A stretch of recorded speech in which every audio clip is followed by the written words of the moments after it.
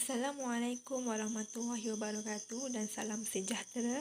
Nama saya Nur Ain Amirah binti Hamid, nombor matrik S58360 dan program pengajian adalah Sarjana Muda Pengurusan Pemasaran dengan kepujian. Video ini adalah berkenaan pembentangan aktiviti konservasi baja kompos yang saya lakukan. Dalam menghasilkan baja kompos, terdapat 3 fasa yang perlu dilalui. Fasa yang pertama adalah proses pemeraman dengan menggunakan biokatalis atau menggunakan gula merah. Proses pemeraman atau lebih dikenali dengan nama proses fermentasi ini dilakukan selama 7 hari. Sisa makanan yang boleh digunakan untuk proses fermentasi adalah sisa yang belum rosak, berkulat, berulat dan sisa yang tidak terlalu basah. Sisa buah, sayur, nasi, mi dan kulit telur juga boleh digunakan. Manakala sisa ayam, daging dan ikan tidak boleh digunakan. Sisa makanan yang hendak digunakan perlulah dipotong kecil agar proses fermentasi berlaku secara optimal. Fasa kedua adalah proses pematangan.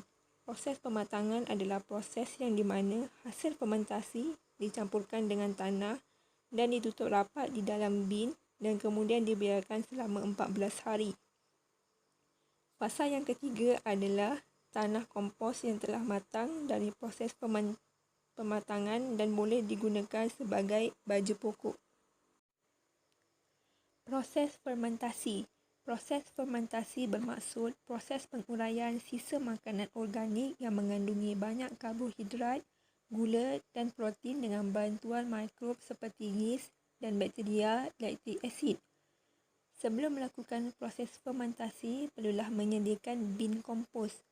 Terdapat 3 bahagian penting dalam menyediakan bin kompos. Bahagian pertama adalah ruang fermentasi, iaitu ruang yang terletaknya sisa makanan dan gula merah. Bahagian kedua adalah penapis yang bertujuan mengelakkan sisa makanan masuk ke ruang pengumpulan cecair. Bahagian ketiga adalah ruang pengumpulan cecair yang terhasil dari sisa makanan dan bahagian keempat adalah penutup.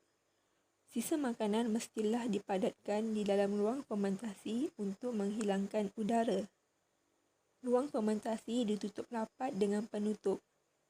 Dalam proses fermentasian, pada hari kedua sudah dapat dilihat cecair dari sisa makanan memenuhi ruang pengumpulan cecair. Proses fermentasi diteruskan sehingga cukup 7 hari.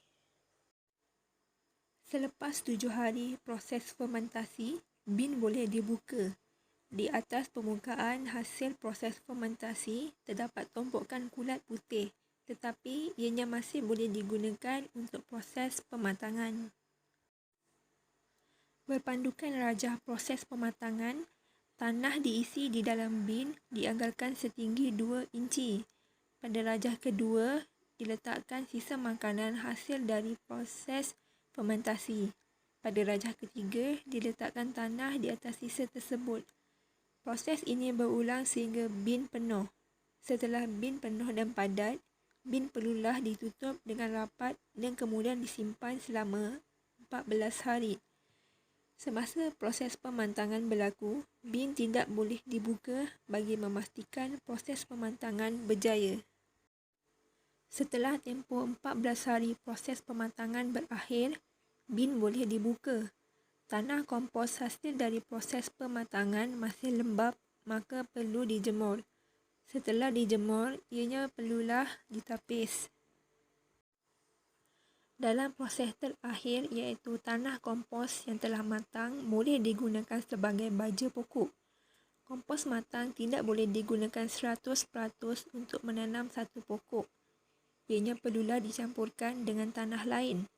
Dalam melakukan proses ini, saya meletakkan satu lapisan tanah dalam pasu dalam anggaran 2 inci, kemudian satu lapisan kompos dan kemudian ditambah dengan tanah sehingga penuh. Kemudian saya letakkan biji benih lada merah di dalam pasu tersebut. Setelah beberapa hari, biji benih lada merah tumbuh menjadi anak pokok. Antara kebaikan atau khasiat yang terdapat pada lada merah adalah merangsang proses pencernaan, memudahkan pencernaan, Kualiti perasa ini akan membantu mereka yang memantau berat badan dan kekurangan enzim kerana bahan perasa lada meningkatkan rembesan semula jadi. Seterusnya, mengurangkan kolesterol yang merupakan pencegahan banyak penyakit vaskular, masalah sistem bekalan darah. Seterusnya, keupayaan antibakteria. Keupayaan untuk menyucikan bakteria membantu melawan banyak penyakit merupakan langkah yang sangat baik untuk mencegah perkembangan jangkitan pada saluran gastrointestinal, saluran pernafasan di dalam seluruh badan. Seterusnya, meningkatkan proses metabolik. Bumbu berkualiti ini digunakan dalam diet kerana perlu untuk menormalkan berat badan dan mencegah kegemukan. Kesan positif untuk penglihatan kerana sebatian kompleks termasuk karotenoid menyokong keadaan retina.